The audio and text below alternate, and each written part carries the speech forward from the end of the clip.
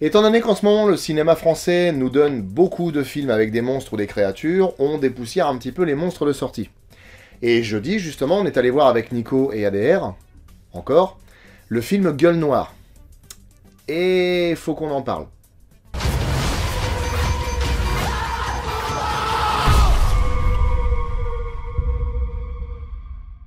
Bon, je vous la fais courte, hein. Gueule Noire raconte l'histoire d'un groupe de mineurs chargés d'escorter un scientifique venu étudier quelque chose qui repose au fond de la mine. Mais ils vont réveiller une créature endormie depuis longtemps et qui va être de très mauvais poil.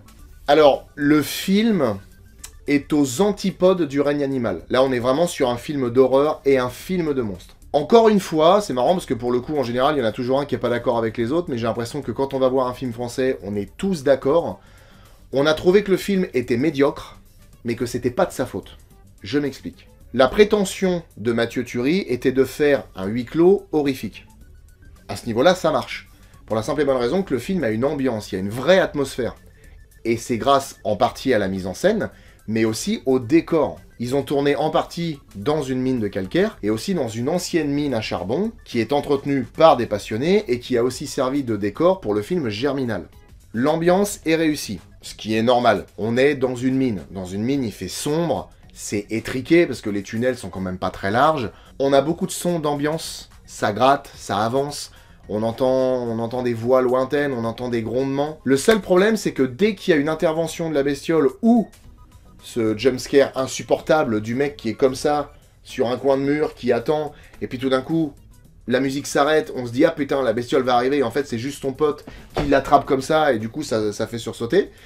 Et bah ils peuvent pas s'empêcher de rajouter une musique qui d'un coup gueule. C'est insupportable, en fait. Parce que on a un sentiment de surprise et un peu de peur, mais pas parce que ça fait peur, mais parce qu'on vient nous gueuler dans les oreilles. Et donc j'en arrive aux effets spéciaux.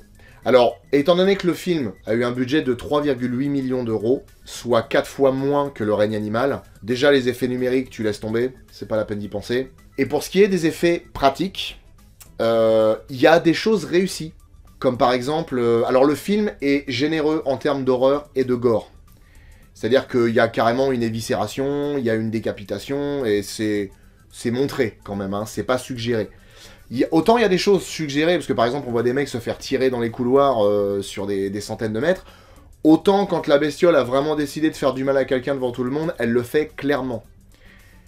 Par contre, la bestiole est un vrai problème. Parce que c'est bien que le cinéma français donne sa chance à des films qui utilisent des animatroniques.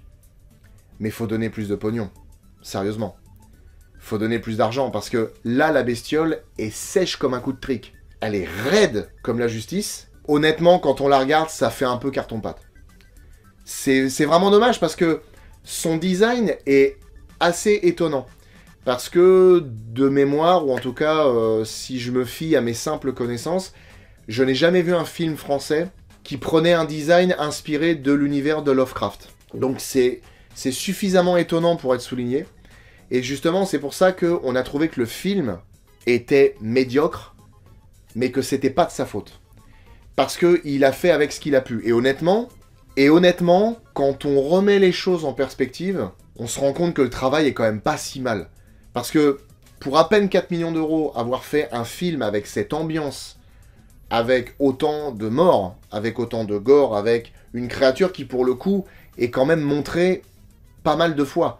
Mathieu Turi a voulu jouer un petit peu sur la suggestion au début, on voit une main, on voit vite fait une ombre, on voit une forme. Très rapidement, la bestiole, on sait à quoi elle ressemble. Et dans l'idée, si elle avait été faite avec un peu plus de budget, je pense qu'elle aurait pu être vraiment effrayante.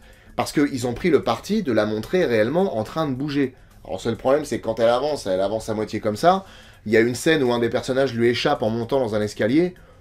Très franchement, je ne sais pas comment elle peut prendre l'escalier. Hein. C'est un petit peu comme le démon qu'il y a dans le donjon de Nullbuck. Il a une malédiction qui fait qu'il ne peut pas emprunter les escaliers. Honnêtement, je peux pas dire qu'avec un double budget, ils auraient fait vraiment mieux. Mais s'il y avait eu vraiment plus de budget pour la bestiole, le film aurait pu être beaucoup mieux.